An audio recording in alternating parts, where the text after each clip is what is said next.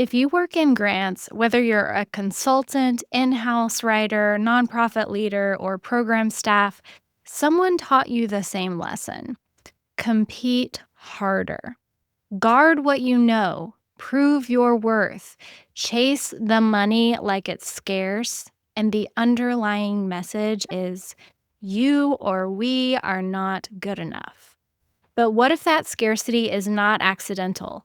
And what if this competition is not actually necessary? It's designed. Hey, I'm Dr. Krista Kurlinkus, and today I want to name a contradiction that sits at the very center of grant work. We help organizations access resources for community care, survival, advocacy, and repair, all while working inside a funding system built on scarcity, competition, and control. And that system doesn't just shape grant cycles, it shapes us. It shapes how we price, how we scope, how we share information, how we relate to peers, how much extraction we quietly absorb. We guard our funder lists. We guard client lists if we're consultants. We keep funder intel in private folders. We worry that if we share our language, our process, our consulting pricing, our strategy, will become less needed, will become less competitive. And that pattern doesn't just come from nowhere. It's hustle culture logic. It's a capitalist logic of scarcity, secrecy, individualism, and competition for limited resources.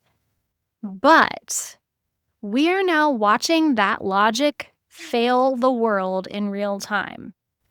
Billionaires are hoarding wealth while communities are fighting for scraps. And they're starting to realize it doesn't have to be this way. But here's what matters: grant writers see the system from the trenches. We know which funders chronically underpay for the labor they demand. We know which equity language sits on top of a broken design. We know which innovative initiatives become reporting nightmares. We know what the work actually costs. And if that information lived in one collective brain instead of 1,000 isolated inboxes and private conversations over Zoom, maybe we would have already built what philanthropy keeps paying consultants to produce: landscape scans, field analyses, best practices, recommendations. But our version would be accountable to the people doing the work, not the institutions trying to protect their reputations. So, what could this kind of collective strategy look like practically? I think it starts with three shared infrastructures. One, shared funder intelligence, not gossip, but data, patterns, behavior. Moving from "this funder was difficult" to "this funder repeatedly creates unpaid labor, imposes unrealistic timelines," and that shifts what we normalize and what we refuse. Two, shared language banks, language that protects communities from deficit framing. So, alternatives to things like at risk and underserved and vulnerable. Ways to describe safety that don't center policing. Phrases that make structures, not individual choices, the problem. Because too often we're reinventing the same ethical language at 11:47 p.m., under deadline and alone. Next is shared no criteria, documented refusal. So, refusals happen very privately right now, so each one feels pretty risky and lonely. But when you document patterns like scopes of work that you declined, or reporting burdens you push back on, contracts you walked away from, you start to see you're not the only one refusing. And that knowledge changes the risk calculus. Now, I am in no way romanticizing this. Not everything belongs in public. Confidentiality matters, safety matters, context matters. But risk can't become an excuse for total silence. Collective strategy still needs boundaries.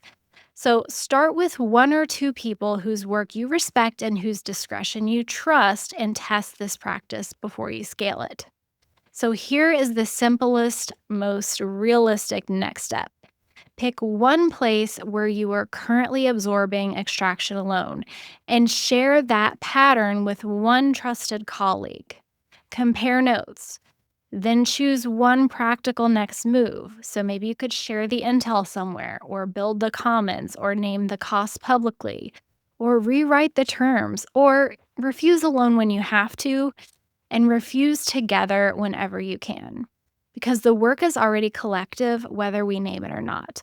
The question is whether we keep doing it in isolation or start treating each other as co architects of what comes next. If this landed for you, tell me in the comments. What's one piece of grant trench knowledge you wish was common knowledge in our field? And would you like to learn more about my ideas for how we start pushing back and refusing and building this kind of collective knowledge?